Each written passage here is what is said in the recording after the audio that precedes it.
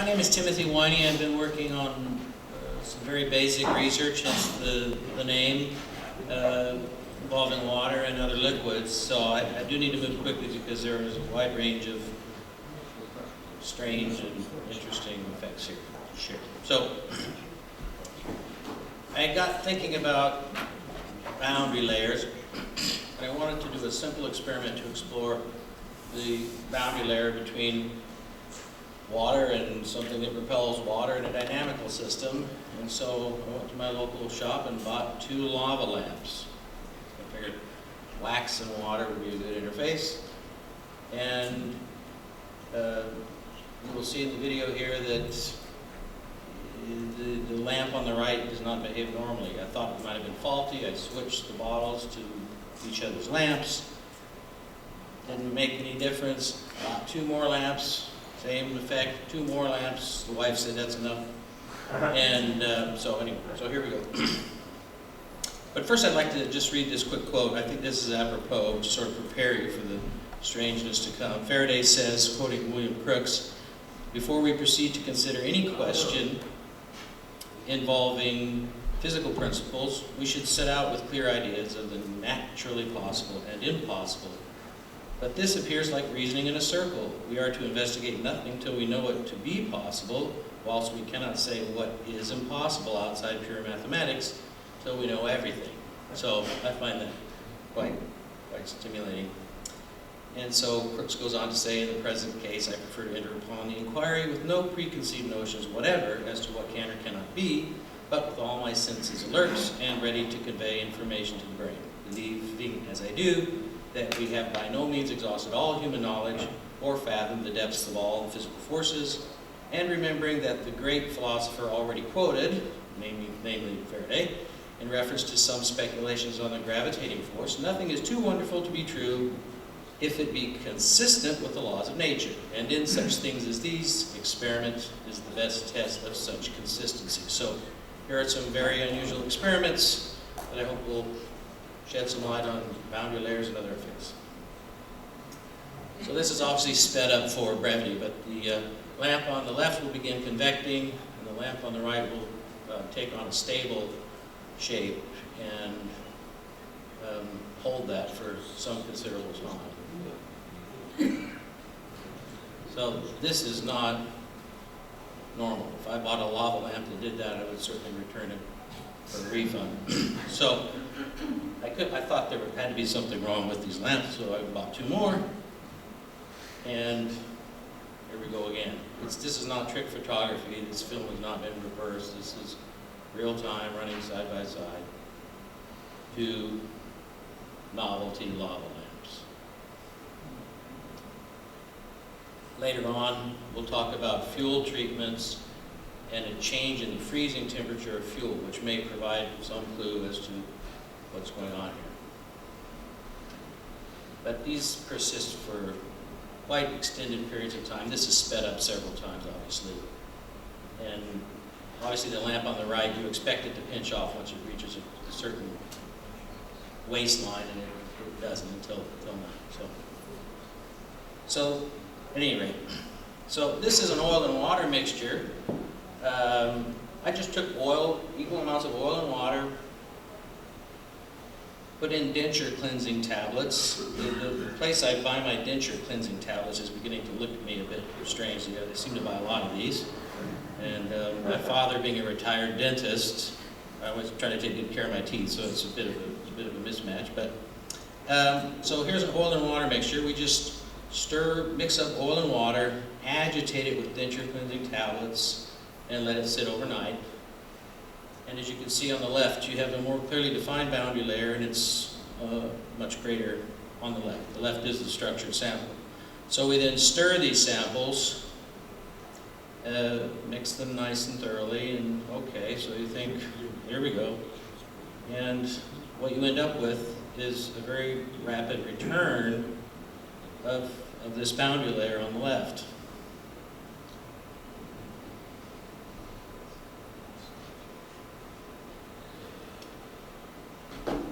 I've repeated these experiments endlessly, and there's never been an exception. In this experiment, equal amounts of granulated charcoal, I just grabbed ingredients from the kitchen, rice, oil, water, iodine, denture cleansing tablets, and baking powder were added to 2 glasses, left structured, right non-structured, stirred simultaneously, and then left overnight. I've experimented extensively with granulated charcoal and charcoal powder just to increase surface area to see if we could tease out any charge effects. And as you can see on the right sample, the charcoal fell to the bottom, most of it, and on the left, it's inverted. This is a similar experiment using rice, oil, and water, and again, denture cleansing tablets. This is very peculiar. I repeated this many times because I couldn't understand how it could be so different, but as you can see on the left, the boundary layer is very clearly defined, and you can actually see through the glass. And there are many examples of these almost perfect looking layers that form different mixtures. We'll look at some of those a little bit later. I must have bought $200 worth of Mentos candies and did untold experiments with these fizzy drinks, as we say in England, and they are always more energetic. So this is just 2 bottles of Diet Pepsi, I think, and unscrewed the caps and dropped in the candies. And as you can see, the left structured sample displaced much more fluid. This is a live video showing just Diet 7-Up poured into 2 glasses, and it's the same experiment where we just let it speak for itself. I wanted to show this video to show that they were poured similarly and that one wasn't heated up and didn't fizz over. So just to show that very simple experiments that I've replicated endlessly. And we did this because we treated fizzy drinks and they tasted more effervescent in the mouth. They were much fizzier in the mouth. I thought, well, there must be something physiochemically going on here. So they're always more energetic. So not only does it rise up faster, but it wins the race back to the bottom also, which is odd. So the whole thing is just simply going faster. This is I've done sort of modified iodine clock tests where we just mix iodine with different liquids. Again, agitated with denture cleansing tablets. So this is just water and iodine in 2 beer glasses.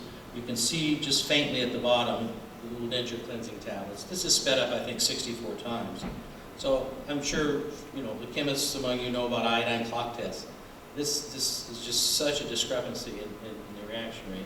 It's really absurd. Now this is very interesting. These were tests done using a device called the Z-Nose, which is a high-speed gas chromatograph.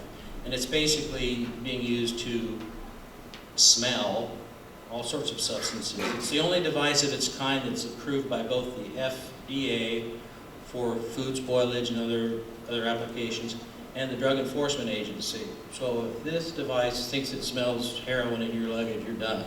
It's considered like a guilty plea. So if you look here, I should explain how this works. I had a professor at a university in England do this for me. We spent all day together.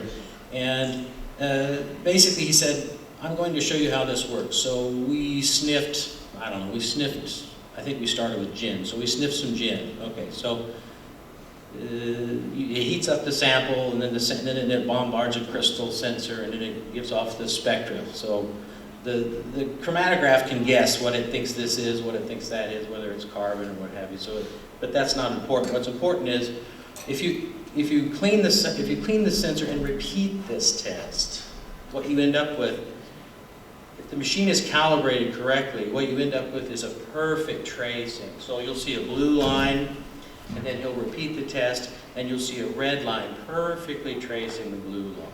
So that means it's working. It's measuring the same thing twice. Well, this is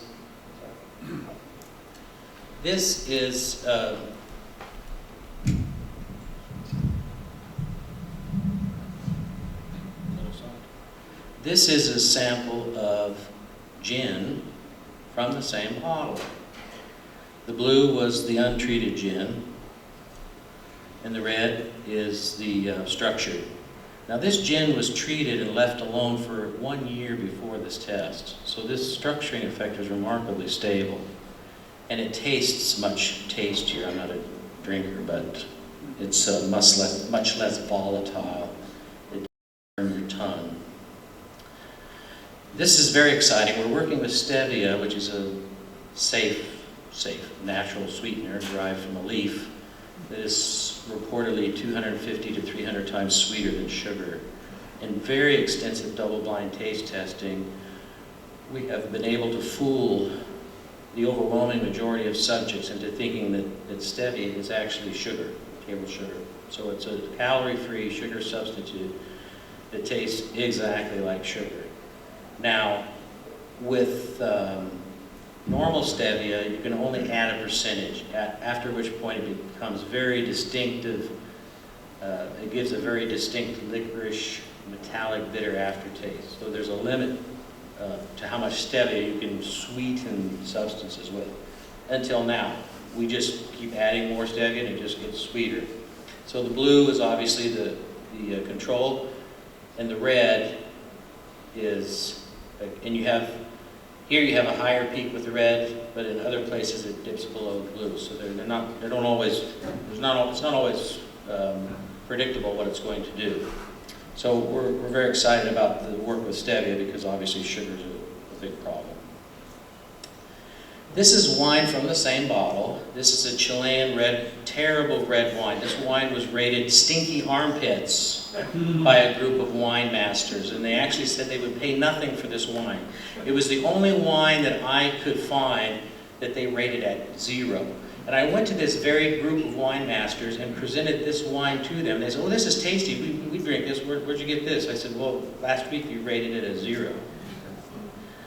Awkward silence. And so, as you can see, there's huge spectrographic difference here from this wine. Now, if we look at this professor, apparently has colleagues that are wine aficionados, so they did lots of testing on wine after hours at the university with this device.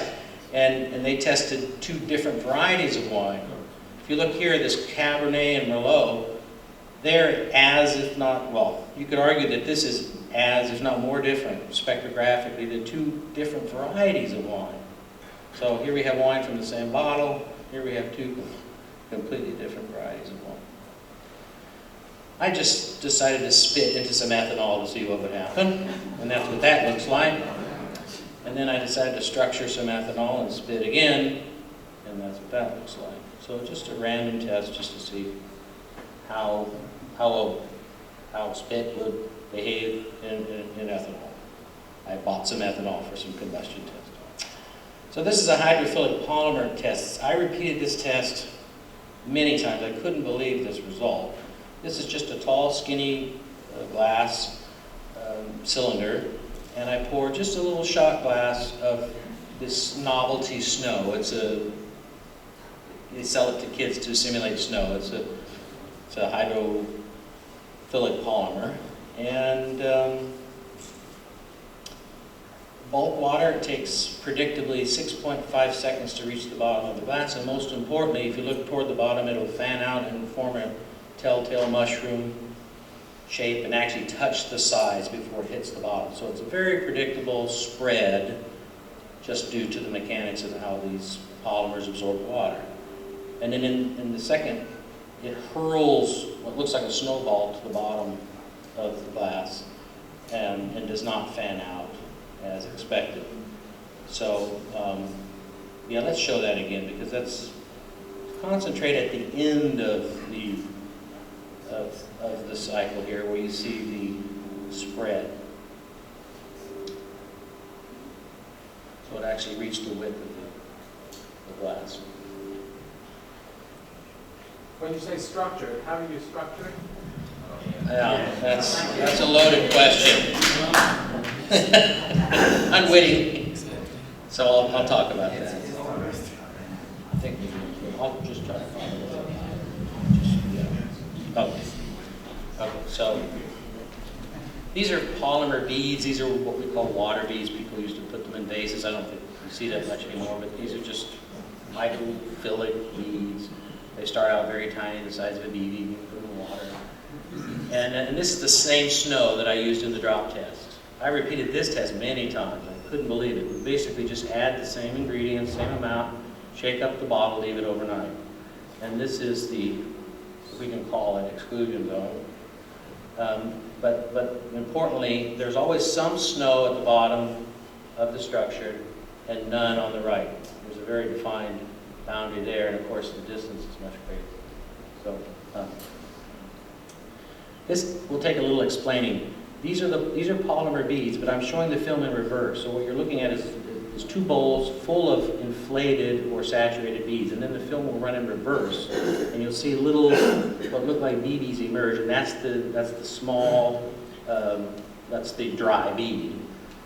And if I can, okay, I can't stop this. That's what I want to be able to do. Can I stop this? Can I pause this? No. I don't know if I can pause this or not. So I'll just talk you through it. Okay.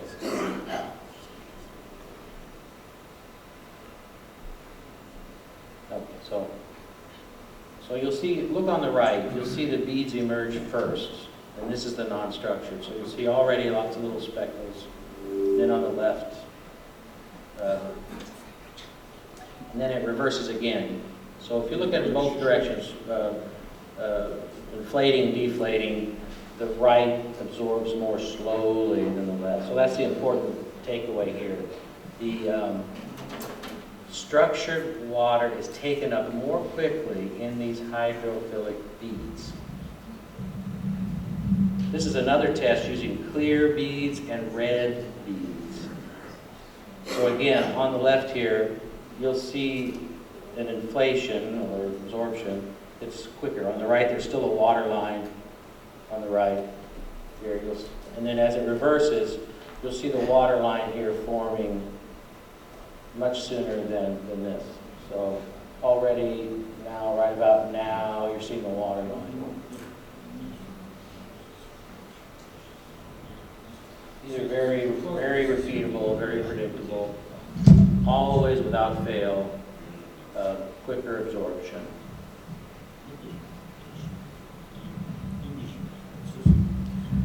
Now, don't ask me what made me think of this. I got little wooden rings, curtain rod rings, and put them in the center of a bowl, put the polymer beads in the rings so they wouldn't spread out, and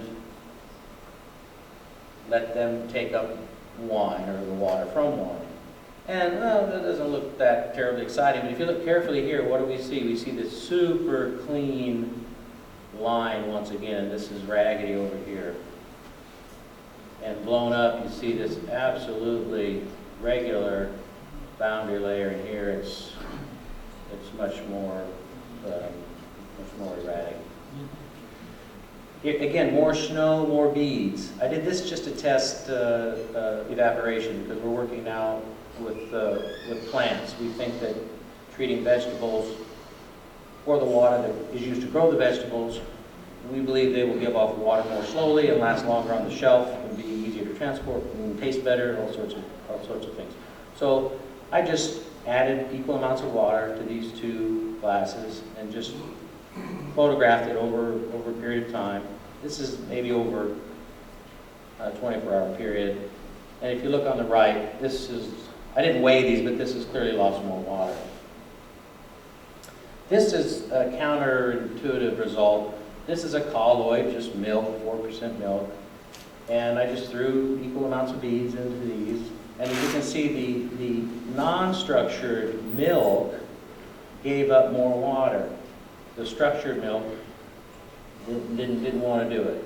And so we empty out the excess milk, and we find a big weight difference here. Obviously there was a lot more milk left here to pour off. These are just 2 sweet peppers split in half and trimmed to weigh exactly 36.4 grams. And here's a little chart over, I think, I don't know, 12-hour or 24-hour period.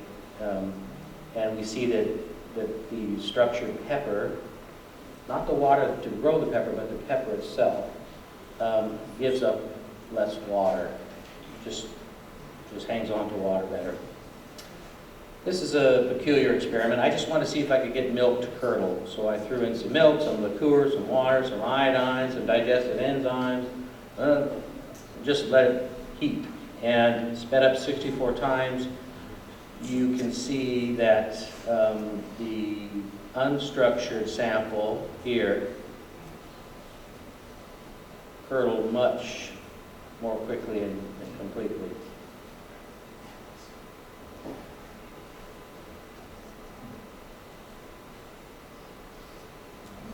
Which brings us to the whole notion of shelf life and spoilage, which I'll talk about. These were mustard seeds deliberately grown in an inhospitable environment. I packed cotton as tightly as I could into these glasses so they would be poorly ventilated. And these still grew. This smelled so awful, I almost fainted. I literally thought almost knocked myself out smelling this. And they still grew. They had a little smell, but it was almost odorless. Here are some daffodils, I think. And this almost knocked me out. This was putrid. I never knew flowers could stink that bad. I never let flowers go that long, and my goodness, awful, and this was nearly odorless. So there's something about the effect of this structuring process on plants. I just put them in structured water. Cut flowers, just put in structured water. And so here comes the really intriguing portion here, diesel fuel optical engine testing. We structured diesel fuel. And when you ask how the structuring is done, it's done, well, I can show you what I did to structure the diesel. This was a study funded by the UK government. I told them that I had some effect on fuels, and they said, well, what the heck, we'll try it. So this is the charger. Now, how I charge these up is a trade secret, but these are just chargers. They're not magnets, they're not batteries, you can't hook electrodes up to them and measure a voltage difference. They're just what they are. And this sits next to a can of 5 liters of diesel. After 2 to 5 minutes, it's almost odorless. But right away, the smell is altered. So we then had a university burn this diesel in an optical engine at different injection timing points. So the first 3 videos just show the control and then 2 differently structured samples. So I had a slight variation on this theme, and this is normal combustion. The fuel is injected, the light goes off, and as you would expect, that's what normal combustion looks like at 10,000 frames per second in an optical test engine. We then tried to get this engine to burn structured diesel. So fuel is injected, light goes off, waiting patiently. Where's the combustion? Just a smidgen, so it's severely delayed, which is obviously not great for the environment. The good news is you don't have to inject fuel at 10 centimeters. That's just the way this test was designed. And by the way, fuel is now so well characterized. They now have formal models, so they can run experiments with virtual fuel and know how it's going to burn in different engine configurations. Not with this fuel. It breaks those models. So this is just a slight variation on the same theme. Injected, light goes off, almost no combustion. And these tests were conducted over several weeks by a fourth party. The university that was supposed to do this broke their engine. They sent it to another university, and they had no knowledge of which was what sample. They just assumed they were different varieties of diesel. So we then advanced the injection timing, meaning we inject the fuel much earlier at 20 centimeters, so twice the distance to the end of the cylinder cycle. As expected, standard diesel burns probably less than optimally, but it burns. This was the O sample. Fuel is injected, light goes off. You wait what feels like an eternity. It should have already burned by now. And you think, oh, come on, any day now. And you get a completely different combustion. The The B sample is even more striking. So once again, fuel is injected, light goes off, which at that point you would expect it to burn, and you wait.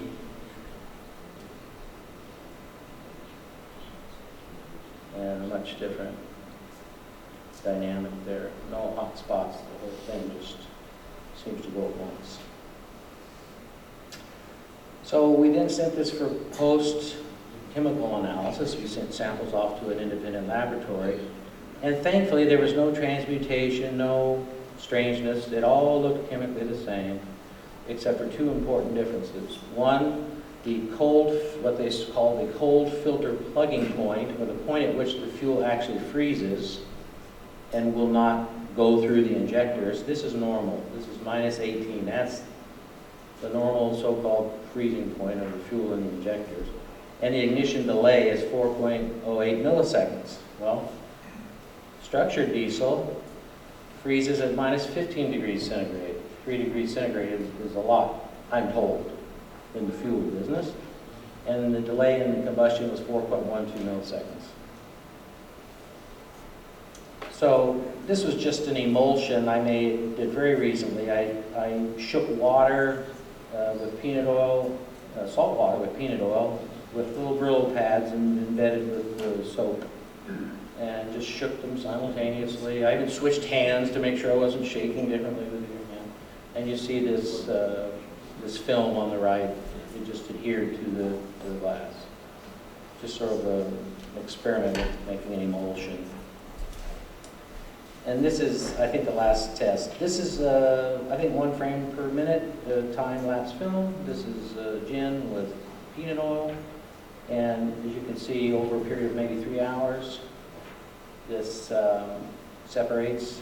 And then the next video just shows me swirling. And you can see there's a cone, if you will, but the boundary layer is much thinner on the structured sample than on the right. On the right, it's actually, it's obvious. It's much more round. So that is it, except for an ice melt test. I must show you this quickly. Structured ice, structured water gives off a little bit more. It sublimates a little bit more while freezing, and then after significant melt has occurred and the water is poured off of both samples, the structured ice obviously melts faster. So it's always a faster melt for this. So that's that. Okay, thank you very much.